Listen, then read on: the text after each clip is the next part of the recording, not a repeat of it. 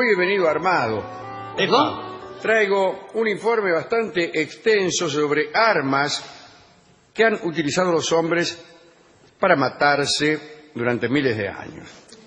Si utilizáramos un orden cronológico, deberíamos empezar por lanzas de punta filosas, construidas por el Homo habilis, o cuchillos de piedra, pero quizás mejor venir un poco más acá y ver que hace unos 20.000 años se inventó el arco y la flecha, que sirven para almacenar energía lentamente y liberarla de pronto.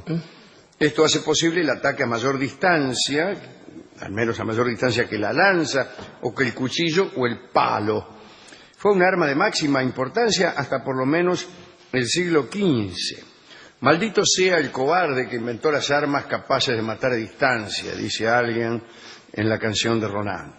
Pero hay otras armas, hay que decir que en principio los metales no se utilizaban porque eran muy blandos. El oro y la plata que hubieran podido servir eran muy escasani, el cobre muy blandengue, hasta que allí, por el año 3600 a.C., se empieza a fabricar bronce y el bronce se las aguanta. Claro. Se empiezan a fabricar lanzas, escudos, armaduras.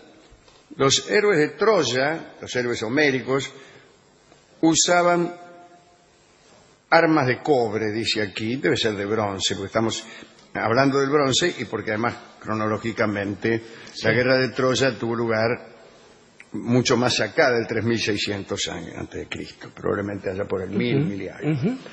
En otro orden de cosas, ¿cómo va el transporte en la guerra?, preguntará usted. ¿Cómo va el transporte en la guerra? Bueno, digamos que en la guerra de Troya nadie monta a caballo. Todo lo que vemos son carros de guerra.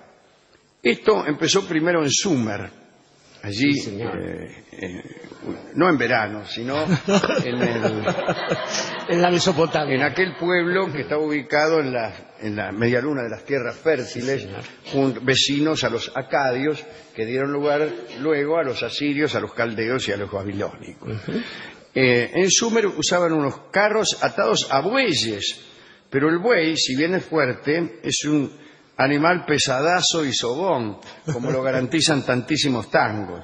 Entonces pensaron en el burro, pero el burro, siendo insistidor, es débil y no tiene tanta fuerza. Entonces los carros no servían de gran cosa, solo se utilizaban para trasladar pertrechos o para que el jefe militar no tuviera que andar a gamba. Se pasease, claro. Pero allá por el 2000 a.C., unos nómades que habitaban unas regiones allá por lo que hoy es el Irán, domesticaron el caballo. Muy bien. Dicen que les llevó mucho tiempo aprender a domesticar el caballo, como 200 años.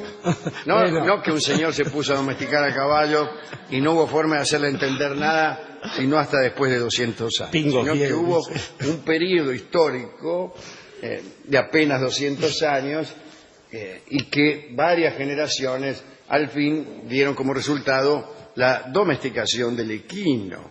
Inventaron también la manera de atarlo al carro, porque el método que se utiliza para atar a los bueyes, el yugo, es el yugo, claro, no les servía para los caballos porque les apretaba la tráquea y no los dejaba correr.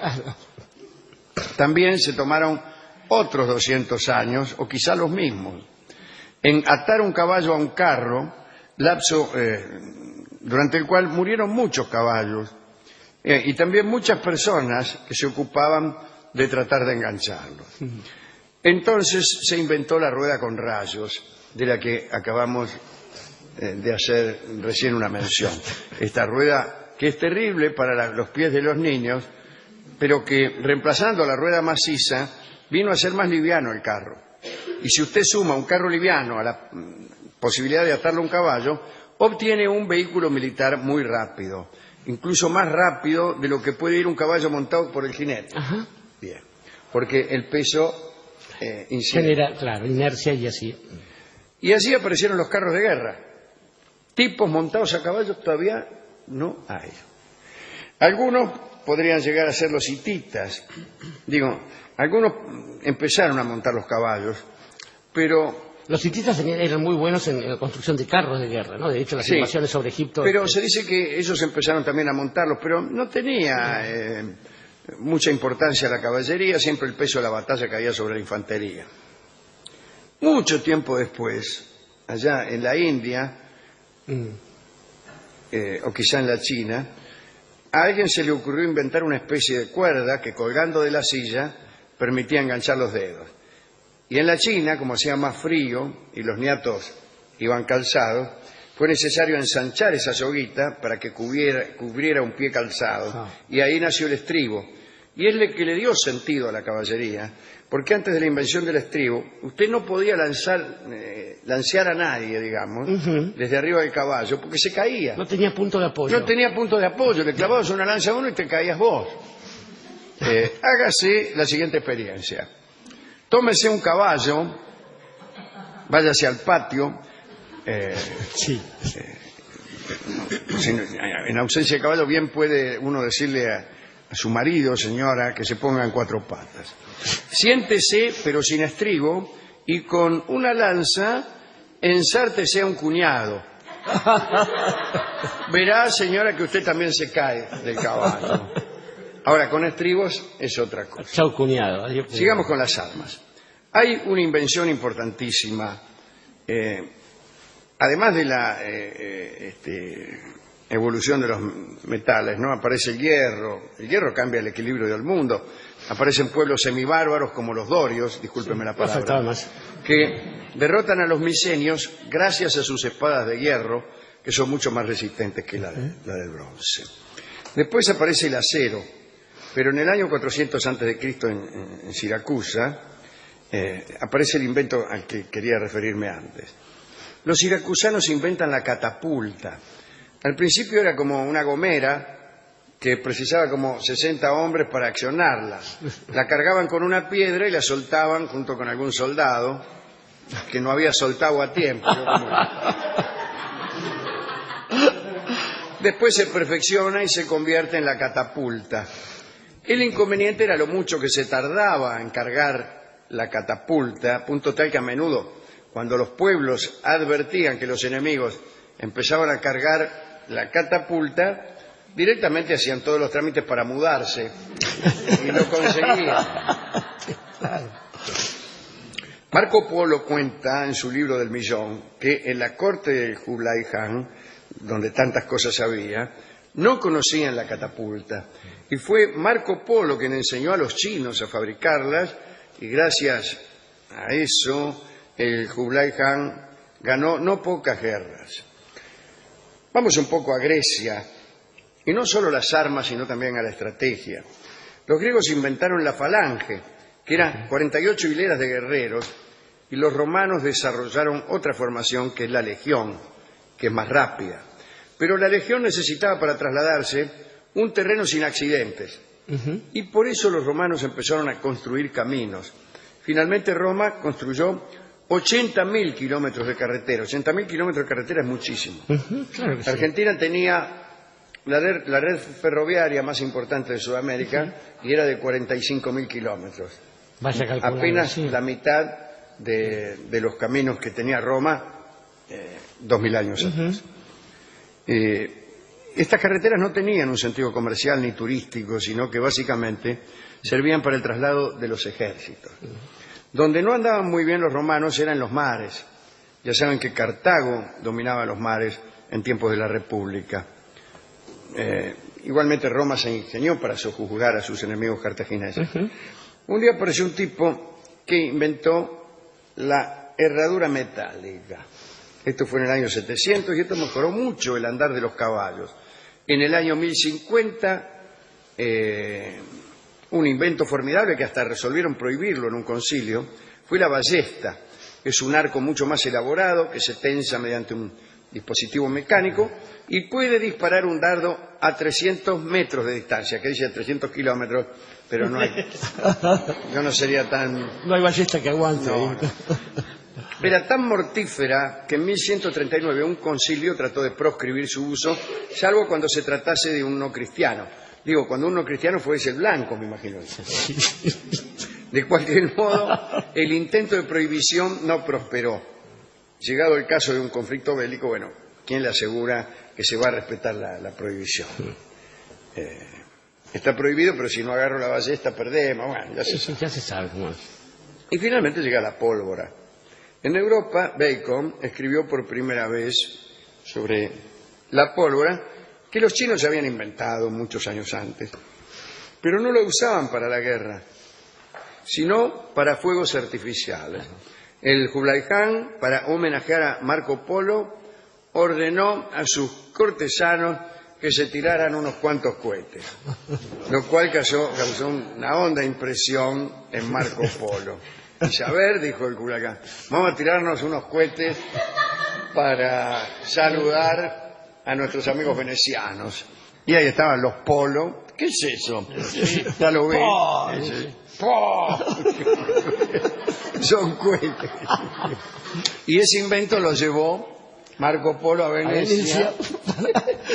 Para alegría de todos los carnavales. La pólvora en realidad apareció en Europa por esa época. También los ingleses habían desarrollado el arco, que era mejor que la ballesta, y además necesitaba menos tiempo para ser cargado, ¿no? Pero no solo se trataba en este caso de la pólvora y de estos usos que le daban los chinos. Los europeos tuvieron la brillante idea de colocarla en un tubo de metal y aprovechar la fuerza expansiva para lanzar una bola que sin duda salía con mucho más ímpetu que de una catapulta. Sí. El invento fue el cañón. Se empezó a utilizar alrededor de 1340, aunque las fechas hay siempre discusión. De todos modos, parecen que los primeros cañones lo único que hacían era ruido. Pues le apuntaban al cura y le pegaban al campanario, ¿no? Las crónicas hablan del terror que causaba el cañón, no de las balas. No, el terror por el ruido, ¿no? Sí, claro. Tiene un antecedente que parece que habían inventado los bizantinos, que era una especie de fuego que tenía poder incendiario. Lo llamaban el fuego griego. El fuego griego, ¿cómo no? Vos le tirabas un fósforo, digo yo. Algún día hablaremos también del fósforo. Tiramos como una masa. Como Tenemos una la receta, sí, la inventó un alquimista llamado Calímico allá por no sé cuánto. Era nafta, nitrato, no, pero este es Este es el betún. estoy hablando del El fuego griego. Del fuego griego. Del fósforo lo inventó otro tipo más, pero más adelante. Los primeros fósforos tenían como una cápsula y eran líquidos. Entonces cuando se rompía la cápsula, los líquidos entraban en contacto con el aire y se producía la ignición. La ignición. Pero bueno, de eso hablaremos otro día. Esto era nafta, nitrato potásico, óxido de calcio, y continuaba ardiendo incluso en el agua. Fíjese usted. Lo tiraban con unos tubos y los usaban particularmente contra los barcos de madera de los árabes. Esto posiblemente haya demorado la caída de Constantinopla. ¿Qué sé yo? Un rato, sí. Tuvieron 700 años sin tomar Constantinopla porque le quemaban los barcos a los árabes. Parece demasiado. Después de la pólvora y del cañón, el asunto fue perfeccionar el funcionamiento de los cañones, nada más, ¿no? En el siglo XV, los españoles inventaron el arcabuz, que era una especie de cañón portátil, pero era tan pesado y difícil de cargar que los arcabuceros precisaban otro cuerpo, el de alabarderos, que tenían como misión protegerlos mientras cargaban las armas durante horas. Después se mejoró, ¿no? Un arcabuz mejorado dio por resultado el mosquete. Se llama así porque la bala produce al pasar junto al oído un zumbido parecido a este. Bzzz. Bien. La bala del mosquete era muy penetrante, atravesaba las armaduras. Y fue la bala de mosquete la carta de defunción de las armaduras. Desaparecieron luego de la invención de este aparatito. El mosquetero, sin embargo, también necesitaba de los alabarderos, porque también tardaba en cargar el mosquete. Se cargaban por la boca, ¿no? Claro, se echaba polvo. Por la boca del arma, no por la boca del tirador. Recién en 1840 resolvieron cargarlos por otro lado, ¿no? Un alemán perfeccionó un dispositivo que permitía a la bala deslizarse desde la parte posterior del cañón, y este invento fue el percutor.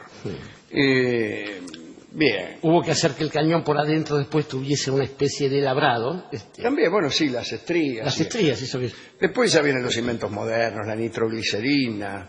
También este fue un alemán, un señor llamado Schönbein, que un día de 1845 volcó accidentalmente sobre la mesa de la cocina una mezcla de ácido nítrico y sulfúrico, lo limpió con el delantal de la mujer, que lo tenía por ahí tirado, vio cómo son en mi casa.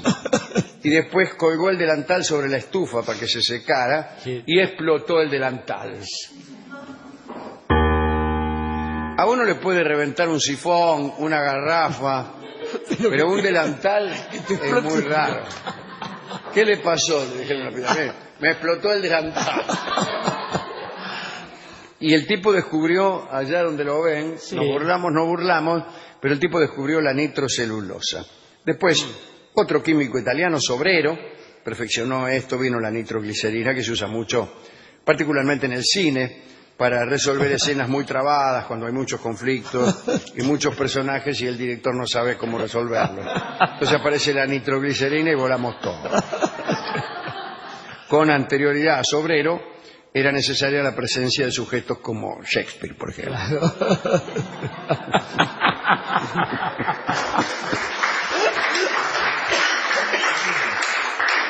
Después, bueno, vinieron las ametralladoras, los acorazados, la dinamita, una de cuyas consecuencias es el Premio Nobel de Literatura. Tan destructivo. No se sabe por cuál de las dos cosas se sintió más culpable Alfred Nobel al morir.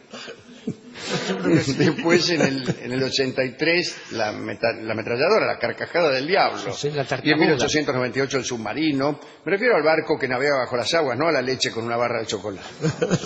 En 1915, el gas venenoso. Ya en 1938 se investigó sobre la bomba atómica. En el 45 estalló. Bueno, todo sucede mucho más rápido. Terminó.